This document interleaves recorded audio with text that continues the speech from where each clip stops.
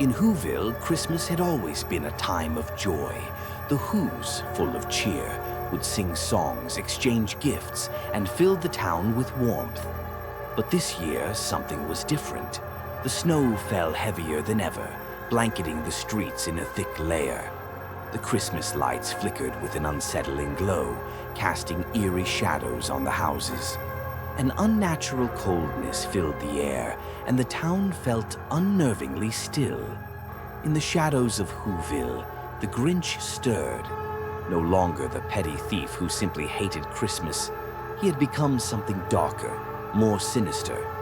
His heart, once too small, had grown even colder, filled with hatred and a thirst for destruction. The Grinch wasn't just planning to ruin Christmas. This year, he wanted to steal the very spirit of the holiday and drain the joy from Whoville forever. As the Whos slept, blissfully unaware, the Grinch slinked through the streets. The town was quiet, too quiet. He moved like a shadow, his red eyes glowing in the darkness. The Grinch's grin stretched across his face, twisted with malice. He wasn't after presents this time. He was after something much darker, the very lives of the Whos. The first house he visited was a small cottage where a young Who child lay sleeping in their bed. The Grinch crept inside, watching as the child stirred, sensing something was wrong. The child woke with a start, but before they could scream, the Grinch was upon them. His bony hand covered their mouth, silencing them. With a swift motion, the Grinch pulled the child into the shadows, their cries muffled by the thick darkness.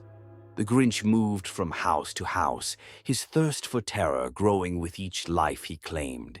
Whoville, once filled with laughter and merriment, was now a town swallowed by fear. The Whos began to realize that something was horribly wrong, but it was too late. One by one, they disappeared into the night, their faces contorted in fear, their voices lost to the silence. In the center of town, the Grinch made his lair. He built a throne from broken Christmas decorations, shattered ornaments, torn tinsel, and crushed wreaths. He sat there, basking in the fear he had caused, his heart no longer just cold, but completely hollow. Whoville's spirit had been broken, and the Grinch's power grew stronger with each passing moment. As Christmas morning approached, the streets of Whoville were eerily empty. There was no laughter, no caroling, no joy. The Grinch had won. Christmas was no longer a time of celebration. It was a distant memory, one that Whoville would never see again.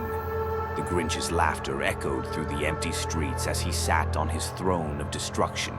He had taken more than just Christmas. He had taken the very soul of Whoville. The Grinch, now completely devoid of warmth or compassion, had become the embodiment of fear itself. And as the last light of Christmas flickered out, the Grinch knew that he had done what no one thought possible. He had destroyed Christmas, and Whoville would never be the same again.